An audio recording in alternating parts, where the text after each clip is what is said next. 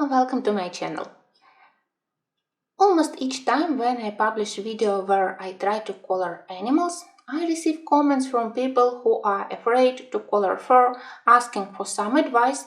So I decided to make video about my own experience because as for many colorists, to color skin and to color fur, to color animals were two my biggest fears in the beginning of my coloring hobby, and still they are challenging. The subjects they are challenging for me even now after many years. I have some points which I noticed, but first let me show how I started. It's like a hardcore content. Look at this poor kitty. Yes, it's kitty. And at the moment I was quite proud of myself. But that's not the most terrible kitty which I colored. The title of the worst kitty obviously goes to the kitty from Twilight Garden. This one.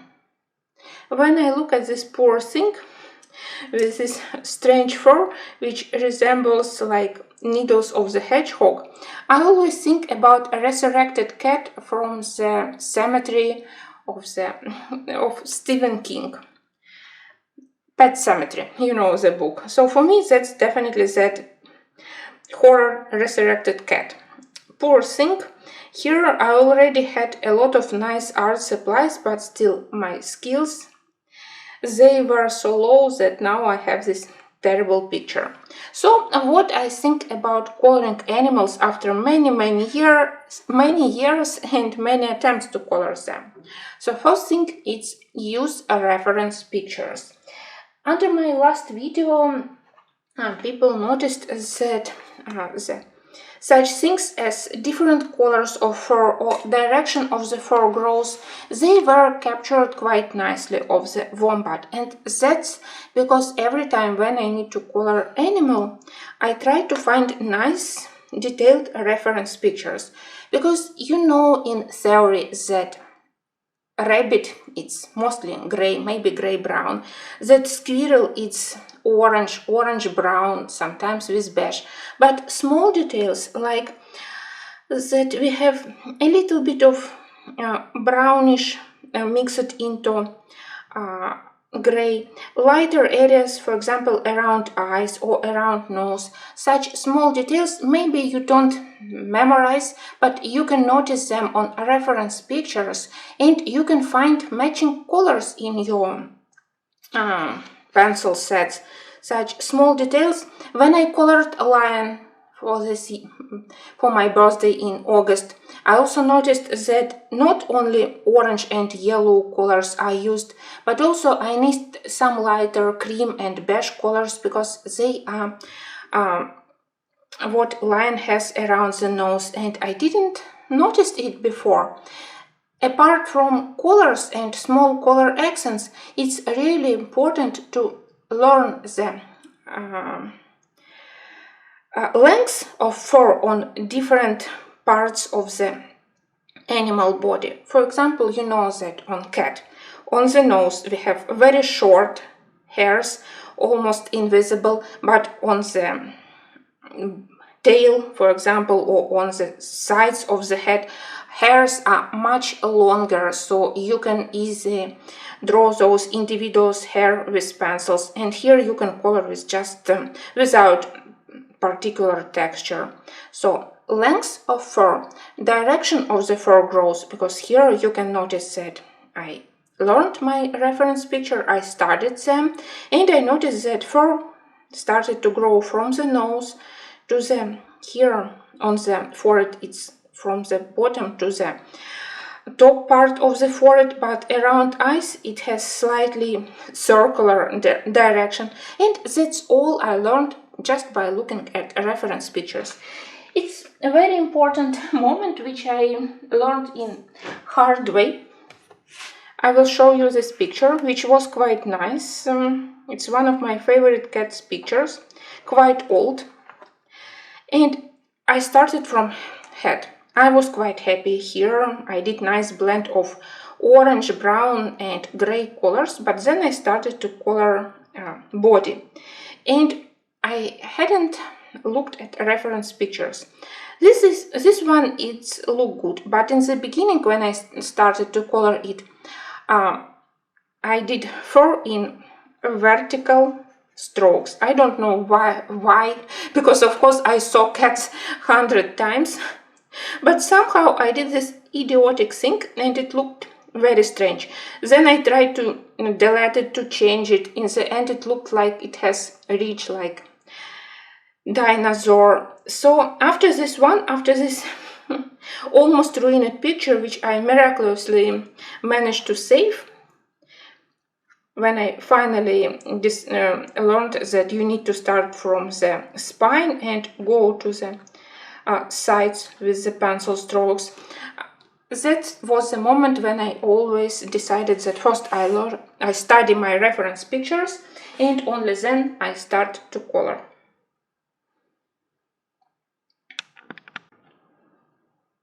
Second thing, paper matters. Here I have a book totally dedicated to animals, but it's printed on such a bad paper, so I would say that for beginner colorists and even for advanced colorists, it's a nightmare to try to color animals in a realistic way on this paper. Paper defines amount of layers which you can apply on it with pencils, and you know that layering is very important if you need to do fur. Fur usually has first shorter layer, then individual hairs which are longer, and it has many colors, so you need to apply many colors, you need to layer many pencils. Bad paper won't allow you to do so. And also, this paper, it even defines the way how I work. On the good paper, where I am allowed to apply many layers, like paper, for example, in Neko, I can start however I want. Usually I color from light color into the dark. For example, I apply very light gray color to cover paper nicely, and then with dark color I do some stripes, individual hairs, because I know that paper is really good. Here on this paper it's really difficult to apply more than 2 layers, so sometimes, just like I did on this recent coloring, now I have to start from dark colors, defining those dark areas, and then I fill in empty areas with lighter colors, because otherwise if I first put those light gray, light beige, I simply can't apply dark color on top of it. It won't look dark enough. Paper is already burnished, so it's impossible to draw those individual hairs to imitate realistic fur texture. So on bad paper sometimes I have to think how to start from dark colors or from light colors. Another good example, maybe you don't see it on camera, but on this paper without using blender, I still can't cover paper completely. White dots of paper, they are still visible through the fur. So if I don't use blender, I still have this uneven texture. That's a big problem of bad paper. It's difficult to go into its surface and to have nice coverage. Here it didn't mess up with the image. Maybe it imitates some lighter hair among those dark brown color, but still it bothers me when I can't have, especially when you need to show that fur is shiny, glossy, and you still have those white dots and you don't know what to do. If you apply another layer, animal will look darker or you lose texture. So to color on bad paper, it's a nightmare, honestly. So paper matters. Next thing, it's pencils matters. First of all, let's talk about colors. Of course, when you color fur, you need to have set where you have the big amount of those most popular colors. Here I have different color soft pencils where I started. You can see that there are no beige color and very small amount of light gray colors. We have maybe colors for skin, but they are definitely not those light beige colors, light gray colors, which you always need for all animals. And amount of gray colors, it's very limited. At least they have more warm and gray colors, it's not a bad thing. But with such set, it's difficult to do very realistic fur. You can start by mixing gray and brown, but without nice light colors, it's difficult. Prismacolor set with very nice color palette of warm, French and cool gray. It's perfect for fur. If we talk about color palette, especially because we also have those cream, those peach beige colors, party beige, which I also love to use, I very frequently add brown gray colors like espresso, sandbar brown, and of course nice palette of orange colors like mineral or pumpkin orange. The problem is that when I did fur only with Prismacolors, I wasn't able to do texture. I was able to catch colors of fur properly, but I wasn't able to show individual hairs even if image is big because of the softness of pencils. You know that already on the second layer you lose those lines, so it's difficult with Prismacolors to do individual hairs.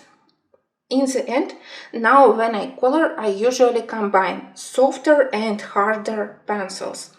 And quite often I do first layer with Prismacolors. It helps me to cover paper nicely, and then I switch to polychromos. All those sepia, Van Dyck brown, burnt umber, raw umber, bister, and those hard pencils help me to add those final touches. Longer hair on tails, longer hair sometimes on the chest, on ears. So final touches and details I prefer to do with polychromes. That's why usually when I do fur, I combine various pencil sets, soft and hard. As soft pencils, I can use Derwent Drawings, Derwent Color Softs, Prismacolors, but as a final touch, I always use my polychromos pencils.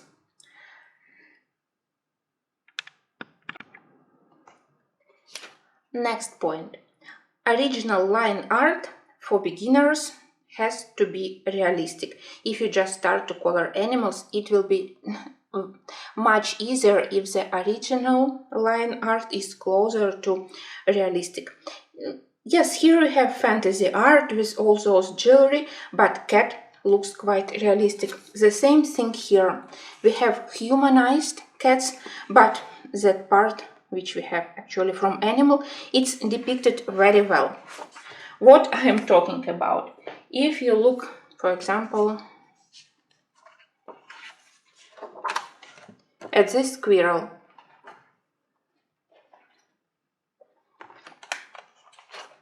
if you look at these rabbits or this squirrel, to turn them into realistic, fluffy, furry animal, it's much harder. If you start from nice line art, like this one, look at this squirrel. It's much easier for beginners and for advanced colorists also. Look at this delicate line art in a walk in the woods. First thing, I prefer to color animals where they are depicted in realistic style and where they don't have very thick black lines, because for fur, those black lines, it's the same terrible thing as thick black lines for food and faces. This Leila Dewey art, it has very thin lines, or sometimes she started imitate texture. She started to hint you about the direction of the fur growth, or even about the size. Like here we have shorter hairs, here slightly longer, and it's very helpful in the beginning. Again, this squirrel in more realistic shape, much easier to color comparing to the previous examples. It's not that those previous books that they are bad. You simply have to decide for yourself how you want to color. For example, here, lovely book which I absolutely love, but I accepted for myself that here animals, they are depicted in more, don't know, in the style of children's illustrations. So I don't need to work on each and every hair on the moose body or on the other animals. Like this one. Here I mostly concentrate on the colors which we can find on the body. Where it's possible, I try to add this fur texture. Where it's not possible, I am completely happy with this more simplified style.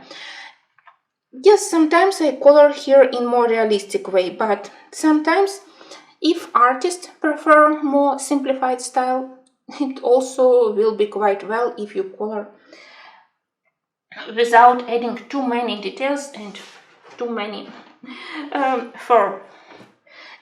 For me, that's a big problem which I had to resolve for this lovely book by Grace G. Cats are lovely and size is really good because to start from the huge animal, it's intimidating.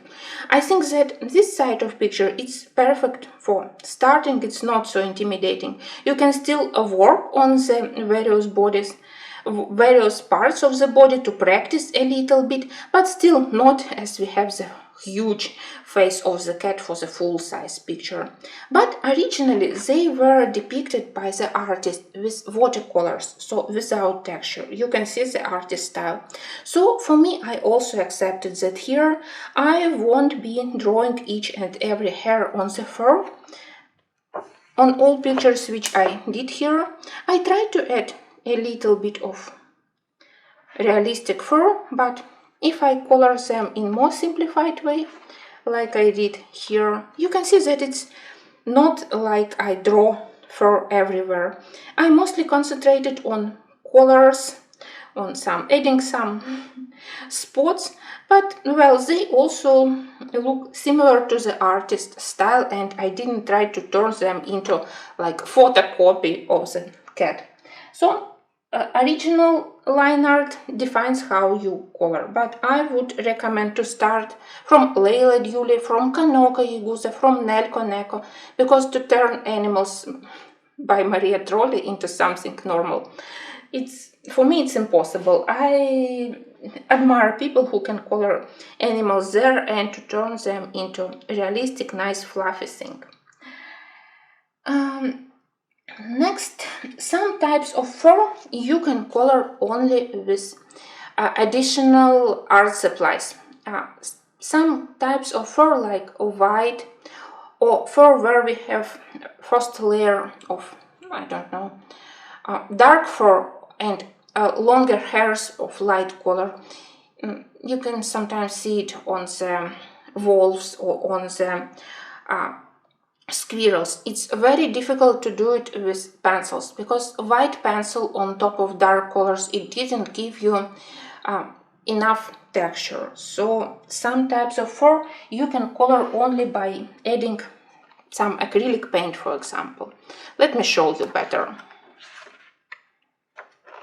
Here we have a basic brown gray color, but on several areas there are longer individual hairs white. Without paint, without acrylic marker, I don't know how to color such things. So if you are into coloring animals, you need to purchase something, at least jar of white gouache. Maybe it would be also helpful to have light beige probably, or to be able to mix. From Posca pens it could be also white, ivory and beige. And of course some tiny brush like this one. It's very helpful. These art supplies, they are also very helpful in masking thick black lines, which is a nightmare in many books. So sometimes you just need to use pencils and something else. I don't know how to color such type of fur where long strands of hair, they are white and the general background is dark without adding paint. The most difficult type of fur for me, it's white. Only with practice I started to add a little bit of beige, a little bit of gray, and again it's a matter of studying reference pictures, because for some white animals like white bear I mostly add cool gray colors to shade. For white cats I prefer to add a little bit of cream and beige. So white fur, it's the most difficult thing. Usually I resolve it by adding quite intense or dark background. In such way your white animal won't be lost if you color on white paper. And final advice, it maybe sounds strange, but if you're generally afraid to color animals, start from birds. It gave me some confidence. I started from birds, from smaller pictures of animals, and then when I noticed for myself my favorite color combos, I started to color animals much more. And now, in the end, maybe I will show you some of my pictures where I really think that animals look nice. I'm still a little bit nervous every time when I need to color animal. I still prefer those pictures where they are humanized, like in Nelko Neko when they have costume and you need to color only face, or at least similar to this one. And my favorite book for coloring animals is still Kanoko Yagusa, because here they have small size. They still look nice. You can see that even on this small picture I think that they look fluffy, so I think that here fur looks normal on each and every of them. And here is a good example of mixes: orange with brown and gray, brown with like raw amber, and also beige undertone, different grays, warm gray plus brown, cool gray plus brown. So you can still practice, but in the same time they are small, so it's much easier for beginners. And paper also is not bad for doing fur. So Kanoko Yagusa, and with her realistic style, with her very helpful look here. We don't have these thick black lines. She already did a very nice shape for the animal. She started to hint direction of the fur growth. Very helpful. So that's my book's number 1, where to study how to color fur. And what can I say? Don't be afraid if your first attempts are not very well. With practice you definitely will be better. Oh, and a word about Kerby Rosanes, another very popular book to color animals, fragile word. I would say that to color animals in Kerby Rosanes, it's a little bit like cheating, because he did almost all work instead of us. There is such a heavy shading, so there is texture for fur, so you simply need to apply color on top, and I prefer to work with transparent pigment like polychromos, not opaque like Prismacolors. So the initial texture provided by Kerby will be visible. You need to think only about colors. There are still areas where you can practice, and your animals here always will look nice, but you can see that here all work was done by Kerby. I do love my animals here, like this one. It was very good practice to combine beige, yellow, brown, gray colors together to get the exact shade for the fur, but not texture. So Kerby really made our life quite easy. You can see that here you already can see it's much easier to color comparing to the simple line art. So if you're afraid of coloring fur, you can start from such images. It's nice practice for beginners.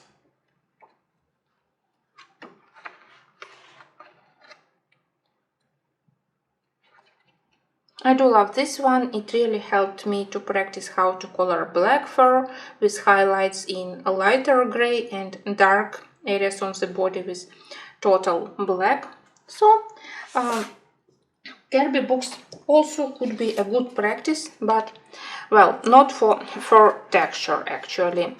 Sometimes I simply color with big areas and I let lines provided by Kerby to do all the work. You can see that I didn't add any additional pencil texture. I think that it's enough to be able to see initial line art through the layer of pencil pigment. And I still prefer to color small animals and animals which have some clothes on them, and my favorite works for now are these cats. I think that it's totally okay, because if all books are printed on very good paper which allows us to add many layers, maybe I would spend more time in doing big portraits on realistic animals, because it's interesting subject. But for the average quality of paper, I am quite happy to color smaller size animals. Here I still think that it was, even if they are small, I tried to show properly lighter and darker areas of fur. On such small bodies, sometimes it's difficult to add small touch of beige, small touch of brown to show properly shadows on them. Again, this work, I remember that each of the animals had its own pencil combo, and I think that they look nice. Most of all, I am proud of the bear. Again, here you can see all the examples which I told you about. Posca pen in ivory color helped me to add those lighter individual hairs on top of the brown first layer of fur, and it also helped me to mask a little bit lines.